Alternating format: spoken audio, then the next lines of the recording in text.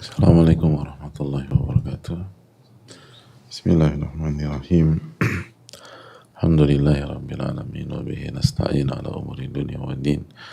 Wassalatu wassalamu ala asyrafil anbiya wal mursalin wa ala alihi wa sahbihi wa man sara ala nahjihi bi ihsanin ila yaumidin wa ba'd. Allahumma inna nas'aluka ilman nafi'a wa na'udzubika min ilmin la yanfa'. Allahumma 'allimna ma yanfa'una wanfa'na bima 'allamtana. Allahumma aslih lana umurana kullaha wa aslih wulata umurina wa umura sya'bina wa baladina ya rabbal alamin. Allahumma ansurna wal muslimin al madhlumina fi Filastin wa fi kulli makan. Innaka waliyyu dzalika wal qadiru alaih. Alhamdulillah, kita panjatkan puji dan syukur kita kepada Allah tabaraka wa ta'ala atas segala nikmat dan karunia Allah berikan kepada kita, sebagaimana salawat dan salam semoga tercurah kepada Rasulullah alaihi salatu wassalam beserta para keluarga, para sahabat dan orang-orang yang istiqomah berjalan di bawah naungan sunnah beliau sampai hari kiamat kelak. Kita meminta kepada Allah Subhanahu wa taala dengan nama-nama yang husna dan sifat-sifatnya yang maha mulia, Allah Subhanahu wa taala memberikan kita ilmu yang bermanfaat, melindungi kita dari ilmu yang tidak bermanfaat. Allah Subhanahu wa taala memperbaiki urusan kita, urusan pemimpin-pemimpin kita, rakyat dan bangsa kita. Allah tabaraka wa ta'ala menolong kita dan saudara-saudara kita yang terzalimi di Palestina dan berbagai macam tempat. Allah Maha berkuasa atas segala sesuatu. Dan semoga Allah Subhanahu wa taala merahmati Imam Nawawi rahimahullah taala, orang tua beliau, keluarga beliau, guru-guru beliau, ulama-ulama kita dan guru-guru kita. Amin ya rabbal alamin. Hadirin Allah muliakan, kembali bersama Riyadhus Shalihin dan kembali masuk ke dalam bab yang baru, babul khauf, bab rasa takut. Dan yang dimaksud dengan rasa takut dalam bab ini sebagaimana dijelaskan para ulama yang mensyarah, yang menjelaskan bab ini, seperti Syekh Ibnu Utsaimin rahimahullah ta'ala, yang dimaksud adalah al-khawfu minallahi azza wa jalla, adalah rasa takut kepada Allah Subhanahu wa ta'ala. Dan yang dimaksud bab ini adalah rasa takut kepada Allah. Rasa takut kepada Allah. Lianna alladhi ya'budullaha yajibu an yakuna khaifan rajia. Karena orang yang beribadah kepada Allah itu wajib menjadi takut kepada Allah dan berharap kepada Allah. Dan kita sudah jelaskan korelasinya bahwa beribadah adalah cinta, dan cinta akan melahirkan rasa takut dan rasa harap. Itu keniscayaan.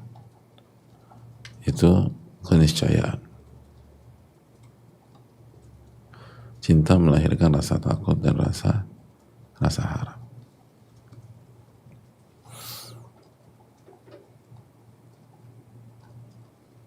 Itu yang harus kita tanamkan bersama-sama. Jadi gak ada rasa cinta tanpa rasa takut, sebagaimana tidak ada rasa cinta tanpa rasa harap, dan kita sudah jelaskan kemarin.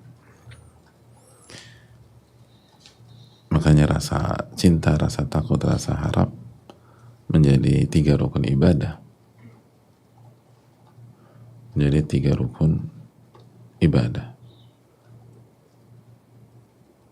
Harus selalu ada dalam setiap ibadah kita. Dalam salat kita, dalam puasa kita, dalam zikir kita, dalam umrah kita atau haji kita, dalam zakat kita. Semua ibadah harus ada rasa cinta, rasa harap, rasa takut. Kalau tidak ada salah satu dari ketiganya, apalagi ketiga-tiganya nggak ada, ya sholat, udah plain aja gitu, nggak ada hambar, nggak ada rasanya, maka itu bukan ibadah secara hakikat. Mungkin secara gerakan ya itu ibadah, secara casing itu ibadah, secara zahir itu ibadah, tapi secara hakikat itu bukan ibadah. Itu bukan ibadah.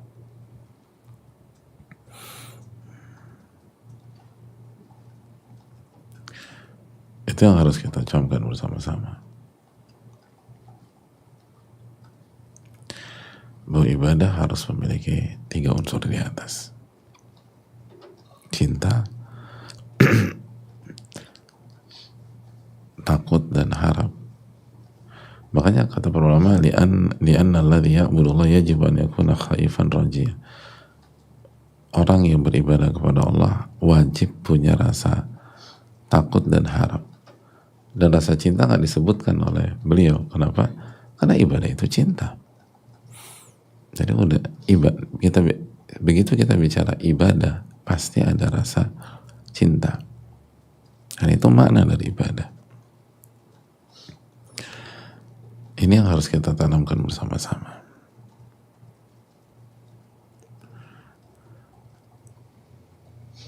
Dan dengan menggabungkan 3 hal tersebut, ibadah itu menjadi indah. Ibadah itu menjadi indah. Dan tidak ekstrim kanan dan ekstrim kiri, tidak berlebih-lebihan dan tidak meremehkan dan melalaikan. Itu poin. Karena kalau orang terlalu tidak ada rasa takut dan hanya ada rasa harap, maka jatuhnya ke meremehkan, kata para ulama. Mereka mengatakan arahnya itu menjadi murji'ah. Murji'ah itu sekte sesat yang salah satu konteksnya adalah meremehkan. Tapi kalau beribadah hanya dengan rasa takut saja, nanti jatuhnya ke ekstrim, jadi khawarij. Maka sekali lagi tiga ibadah, 3 unsur ini harus bersatu padu dalam setiap ibadah. Jika 3 unsur ini ada, maka seseorang akan mendapatkan ladzatul iman, akan mendapatkan manisnya iman dalam setiap ibadahnya, dalam setiap amal ibadahnya, dalam setiap sholatnya, dalam setiap puasanya, dalam setiap zikirnya. Seperti, atau pada saat kita kajian seperti ini, belajar ilmu agama kan ibadah. Begitu kita ikut kajian hanya ingin tahu, nggak ada rasanya. Hanya ingin paham atau hanya ingin ngerti, kita tidak akan dapat ladzatul iman. Mungkin kita dapat kesenangan karena ngerti gitu loh. Karena kalau ngerti kan senang, oh ya gue paham sekarang, senang deh.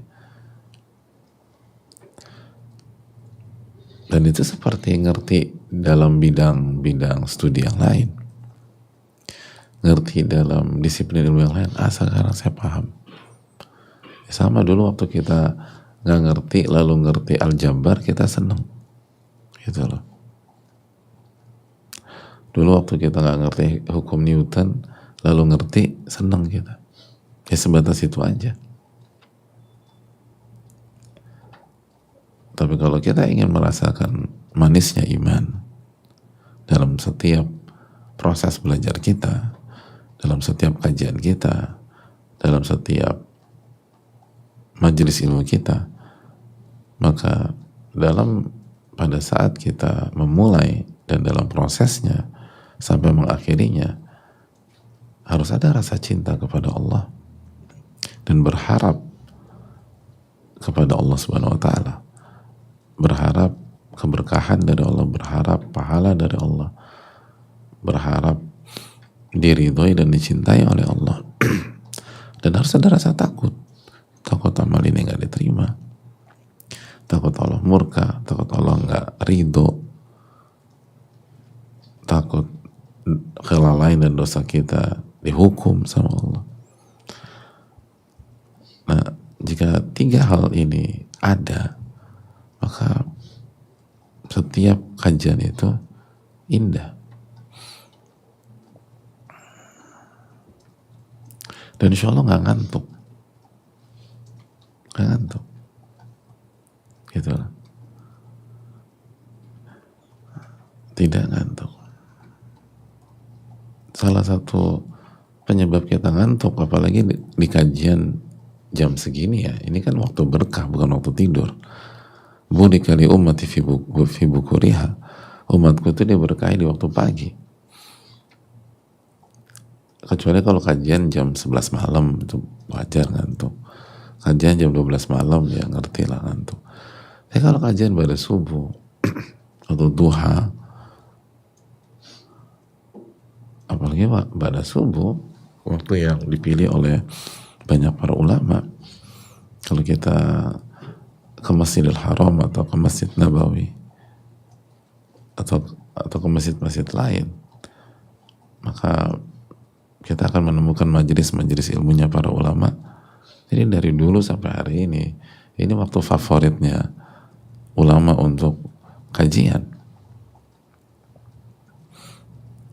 Harusnya di masjid-masjid yang spesial atau di banyak masjid. Dan ini juga salah satu waktu yang dipilih oleh Rasulullah SAW dalam hadis Irbad bin Sariyah. Nah, kalau kita ngantuk di waktu kajian pada subuh, yang harusnya itu waktu yang penuh keberkahan, semangat, spirit, dan seterusnya, gitu loh. Dan orang beraktivitas, energik. Orang lari pagi kapan? Ya pada subuh kan. Kalau pada zuhur kan lari siang, namun juga lari pagi.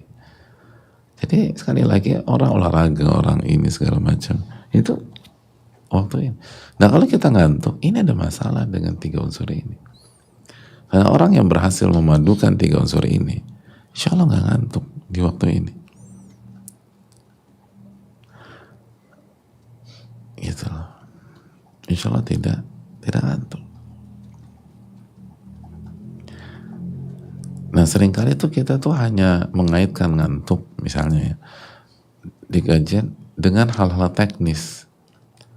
Padahal mungkin hal teknis pengaruh,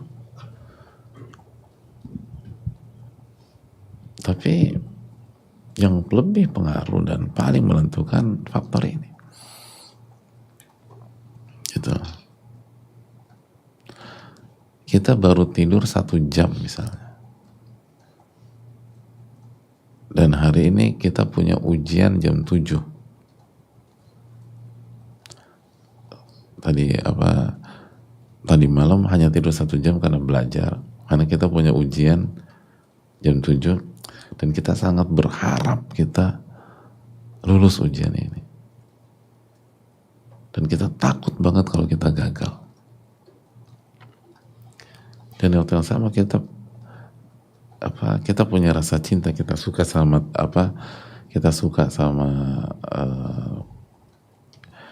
bidang studinya, dan kita respect sama gurunya,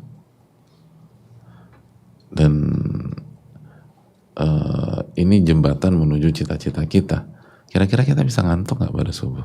Enggak. Karena antara pada subuh sampai jam 7 kita membaca lagi, semangat gitu loh. Dan ada sisi deg-degan karena itu tadi ada rasa khawatir gagal, tapi ada rasa harap. Jadi dinamika dalam hati kita tuh seru gitu loh. Nggak ngantuk.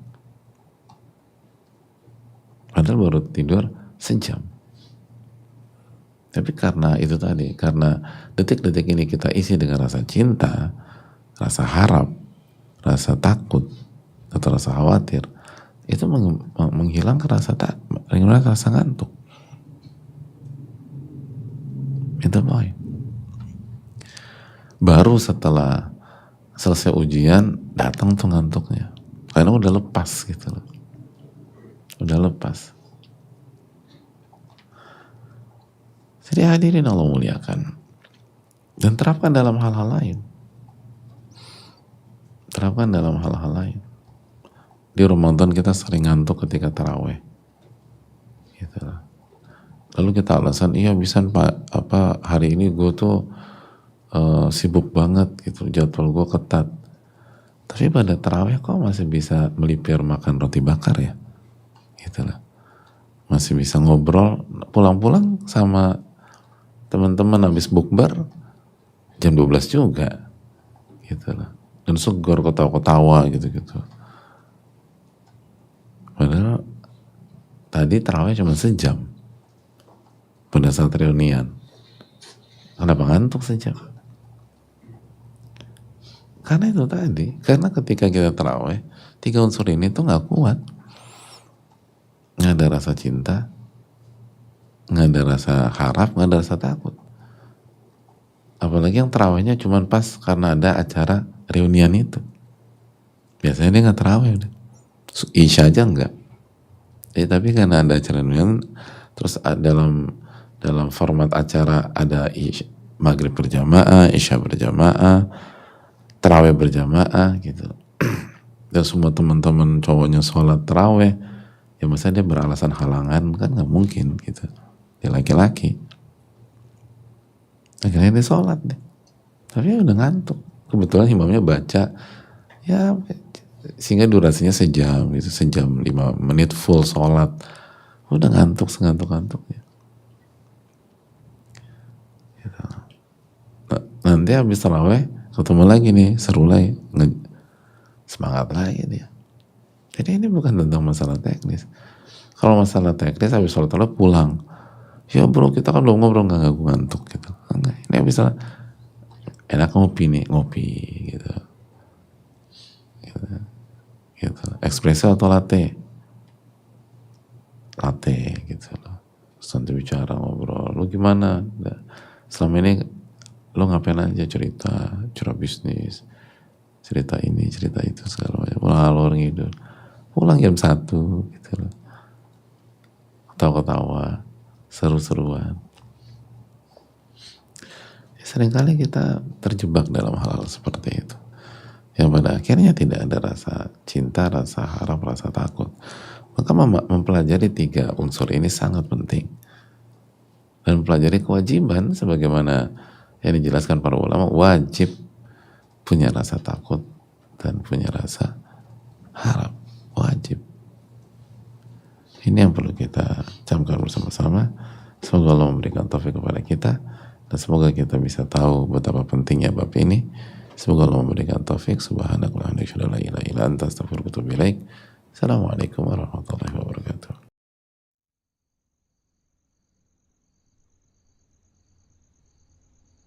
Pada pundak mereka ada amanah ilmu, menguatkan setiap langkah perjuangan agar ilmu menerangi hingga penjuru negeri. Karya yang kita ikhtiarkan ini akan mengiringi perjuangan mereka. Ketika tas kulit kurban dikenakan para ahli ilmu, dai, dan guru untuk mengajar, mendidik, maupun menuntut ilmu, semoga kita menjadi bagian dari perjuangan mereka. Keberkahan ilmu dan pahalanya pun semoga sampai kepada para guru, sohibul kurban, donatur, relawan, hingga kita dan keluarga. Pahala yang terus mengalir sesuai kemanfaatan tas tersebut meski raga tak lagi di dunia. Mau mengambil bagian dalam program tas kulit kurban untuk guru? Insya Allah, program ini terbuka sepanjang tahun. Sedekah yang terkumpul insya Allah akan disalurkan untuk proses pengolahan, produksi, hingga pengantaran tas kulit ke guru-guru. Salurkan sedekah terbaik kita melalui